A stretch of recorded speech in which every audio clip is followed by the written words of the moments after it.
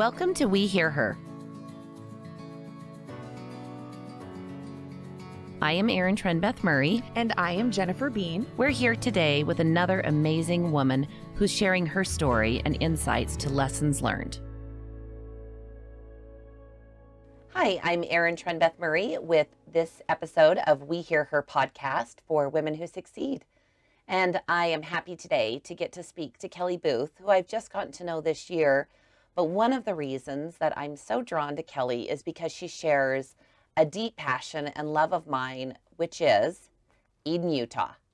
So Kelli was born and raised there and lives there now.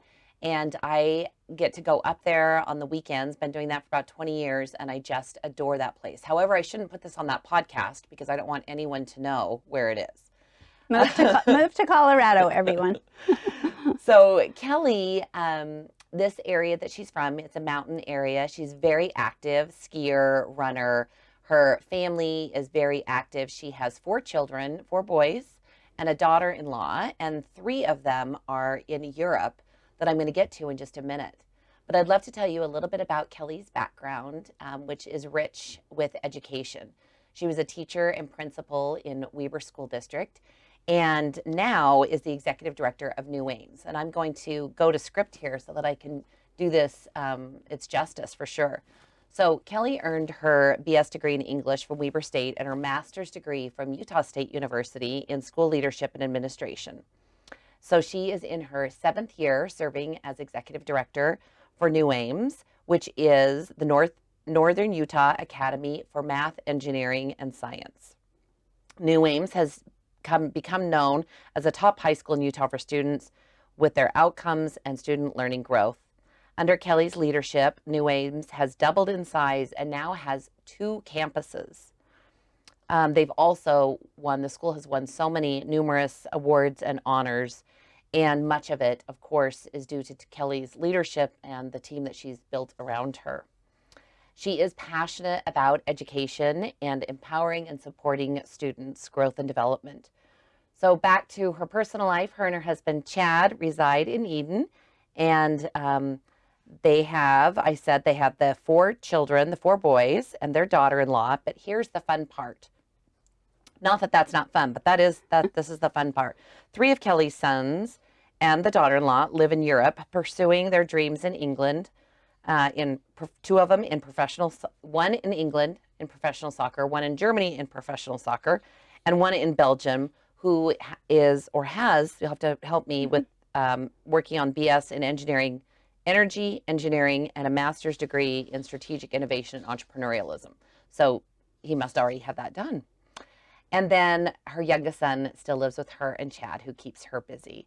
So with that, I am pleased to have Kelli join us. So Kelli, thanks for being here. Thanks for having me. This is fun to be here.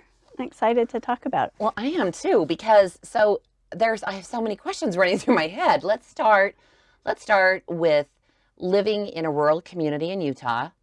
And when I was a kid, I lived in a rural area, pastures and frogs and salamanders and riding horses from your neighbor's pasture to your neighbor's pasture and the water in the creek and stick races and all of that. But the beauty, you got to be right in that beautiful valley of the lake and the mountains. And I'd love to hear more about your experiences growing up there.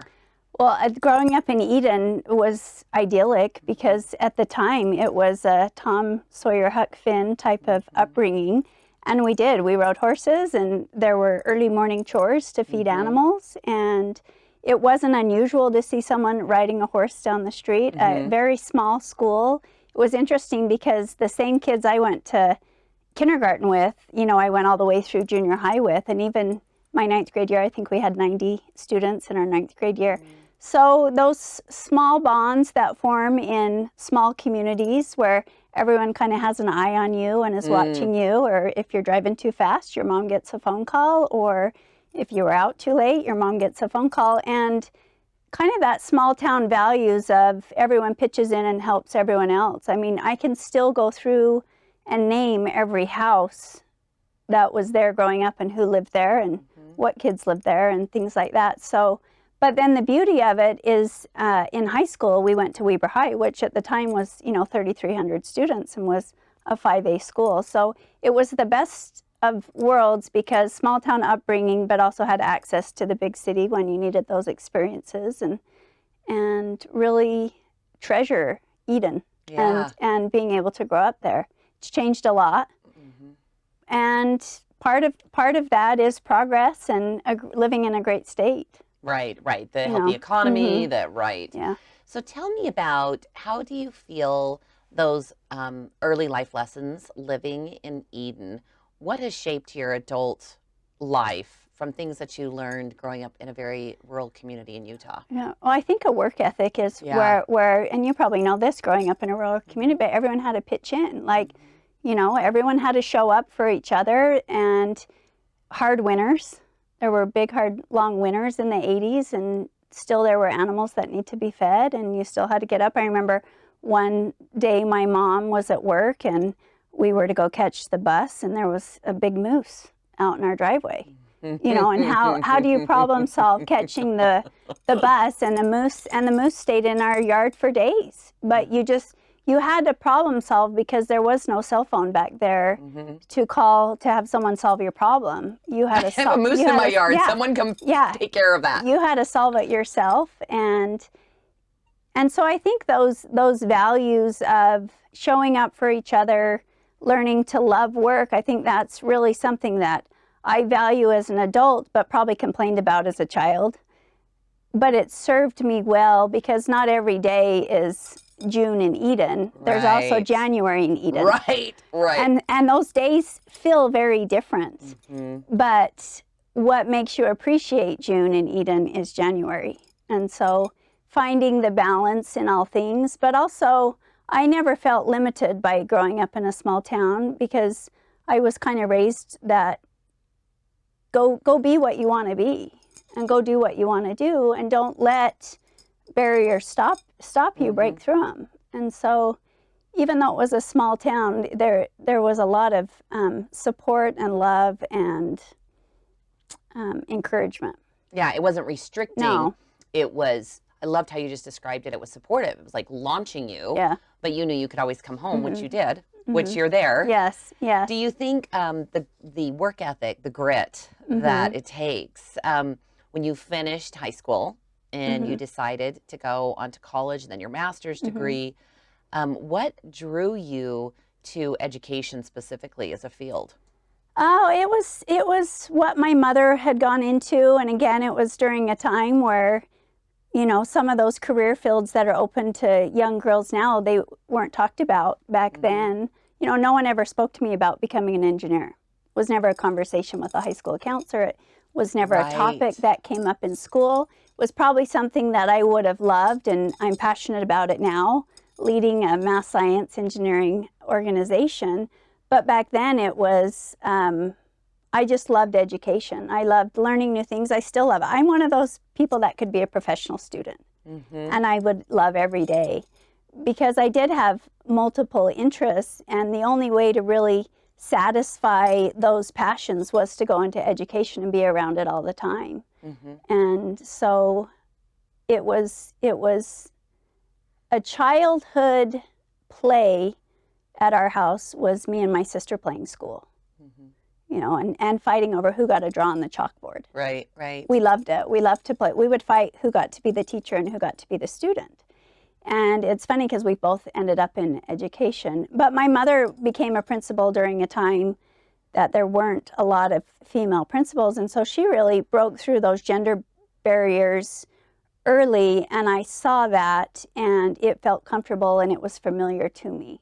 Right. And so that helped too, to say, oh, you know what, I like what that looks like, and that's a sweater I can put on. Yeah, my mom was an assistant superintendent in the 80s in Davis, and the females, I mean, even in the leadership roles, to be a principal, it was not common for a female. No. I wonder, you know, you think about, and I wasn't as rural as you for sure, but there weren't like, I wasn't playing female scientist. There was no females around me that I saw as a scientist or an engineer or, you know, so I gleaned to what I saw around me for sure. So tell us a little bit more about NUAMES and that attraction, especially for young women in those typically untraditional fields. Yeah, it's exciting to be at NUAMES because it's got a very narrow focus. It was created out of the Governor's Office of Workforce Development, actually, created to provide a pipeline of quality students who were prepared to enter the fields of math, science, and engineering. And so with that narrow focus, we've also tried to go after students who wouldn't normally have access to higher ed. So underrepresented populations of students where we bring them onto a college campus, we support them, we go after female students, we go after minority students to try to expose them to this world like, hey, you can become what you want to become, but it's exciting to be a part of because you have female students who are talking now, I want to grow up and be a software developer. Yeah. I want to go into computer science. I want to work for NASA. I want to be able to design roads and bridges. And so the conversation that is happening now is very different than the conversations that we grew up with. Yeah. Right? Yeah. You know, you're going to be a teacher or you're going to be a nurse. Right, Which one? Right.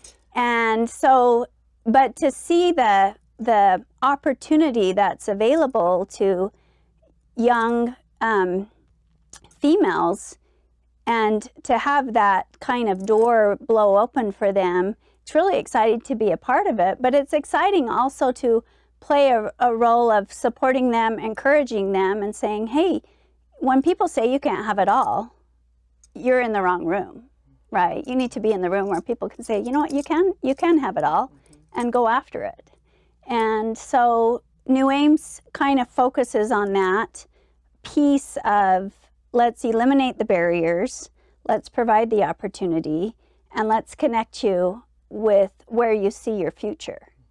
And so it's kind of, we have a symbiotic relationship with higher ed, and Weber State's been a great partner with allowing us to provide opportunities and connect the dots from high school to higher ed. We have a great partnership with all the tech colleges, and it's fun to play that role of opening doors and avenues that young students probably wouldn't have had they not been exposed to it.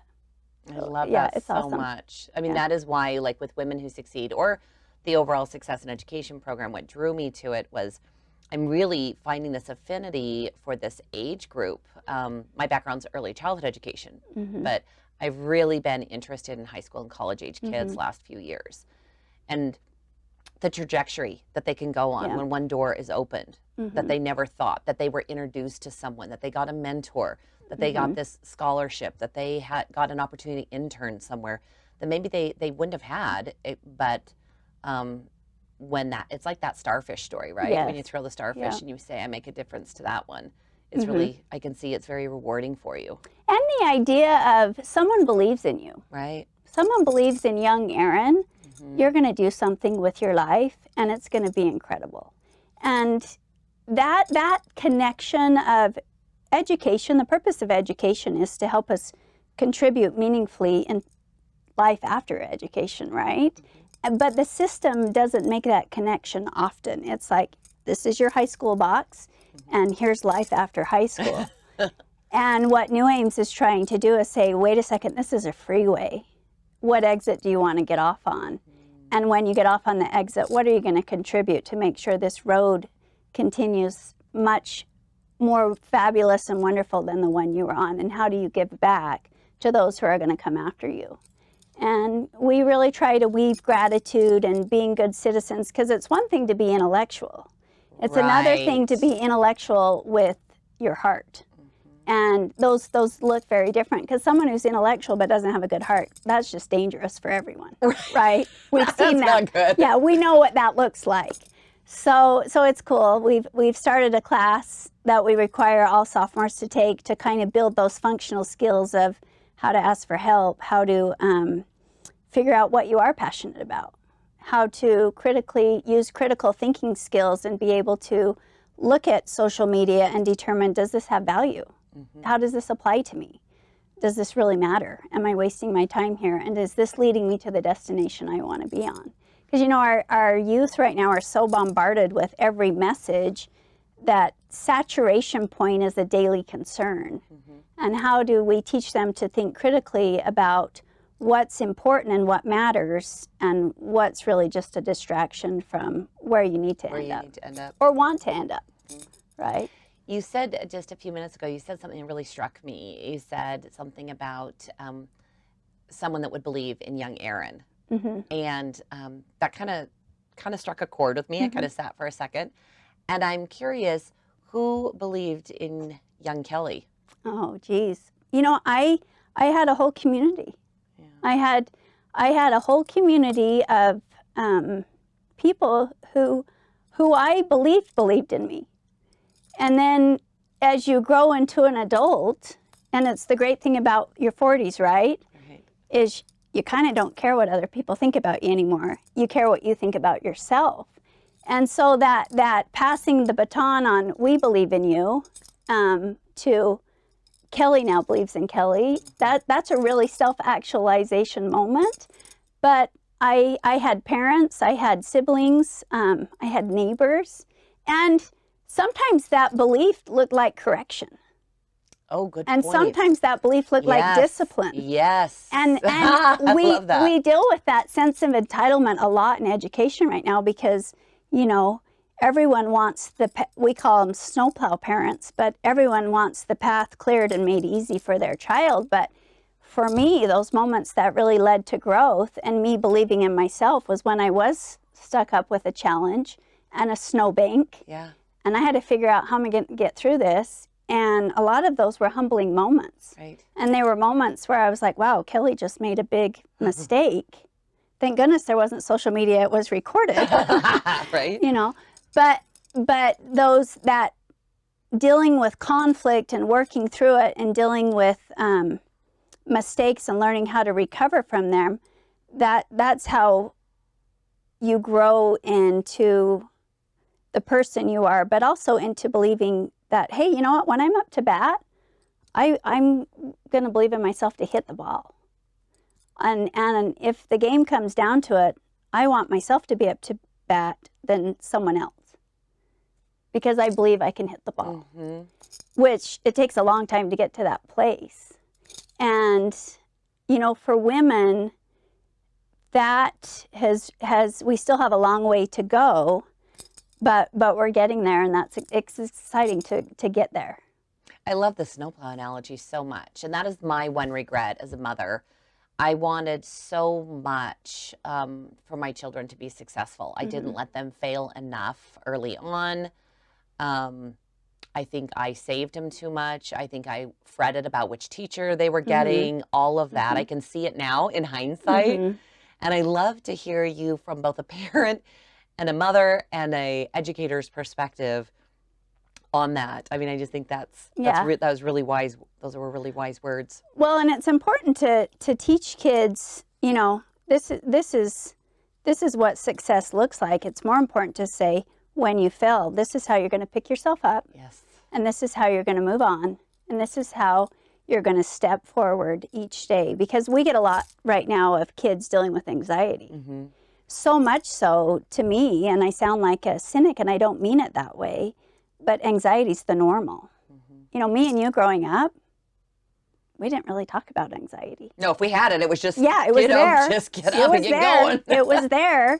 And so, but I think part of why that has been, and I use the analogy, my son got a flat tire on Trapper's Loop. And immediately he made a phone call to me and my husband. I got a flat tire. Well, what did we do? We drove up to Trapper's Loop. You know, we got him in the car. My husband changed the tire. Well, when I got a flat tire, it didn't work that way. I had to go knock on a door, ask to use the phone. And if I couldn't find anyone, I had to try to change the tire, or I had to find a payphone. And so those small moments of problem solving, because of access to communications like iPhones and instant messages and DM, a lot of those problems get solved before they even have an opportunity to solve them. And I think we're doing a disservice to not letting them go through, because when you described, I've made it too easy for my kids, so have I. Yeah. And yet I think we all start to rethink because the rules changed. Yeah, the rules did change. We didn't have access to cell phones. We didn't have access to social media. We didn't know what we wanted for Christmas unless the newspaper came. Right, and the Sears catalog. Yeah. Or a commercial. Do I really want that? I don't know, but it's all that's available. Yeah, exactly. So, but where now kids are just inundated with it, that there's almost too much for them to, because the human brain can only absorb so much, and maybe sometimes we're filling it with things that is taking up space rather than teaching those critical thinking skills. I mean, I think it's the number one thing I would tell parents and students, learn how to think critically, know what your values are. If what you're spending your time on really shows where your values are. So if you're spending 6 hours a day on social media, you value it, but is it leading you to your final, where you want to end up? That's so funny you would say that. That's what I was going to ask you in closing was, what would you share with them? And I'm thinking, oh, I wonder if she's a life coach. I need her to talk to my sons. I love your, I can hear both the educational philosophy. I can hear the leadership, of running an organization. I can hear the parent piece of it. I just am so thrilled to get to know you better because you're just really impressive to me. I'm really happy I got to talk with you. And it's part of it is I heard this at it was Women in Business conference, and one of the woman who won an award, she said, if you want to be great, surround yourself with great people. And that's kind of the power of NUAMES. What makes NUAMES? It's not me. It's there's great people. There's great people that work there. There's great people that attend there. There's great parents that support it. And so it really is that idea of, a great village produces great. It is. Yeah. So, well, Kelli, anyway, thank you so much for being here today. I really appreciated your thoughts. Yeah, go Erin. Go Erin. Well, that's it for We Hear Her today. Thank you so much to Kelli Booth, Executive Director of NUAMES. And real quick, Kelli, if there are students or parents that are interested in learning more about NUAMES, where should they go? Yes, so we have our website, nuames.org, and you can click the button and learn more about. We've got lots of links on our page, but yeah, it's a great spot, a great education if you're interested in math, science, and education. Thank you. You didn't know I was going to put you on for a commercial, but that is it for us today. And again, thank you, and we'll see you next time. Thank you for taking time to hear her. Join our efforts and learn more at womenwhosucceed.org. A big thank you to our sponsor, the Clark and Christine Ivory Foundation.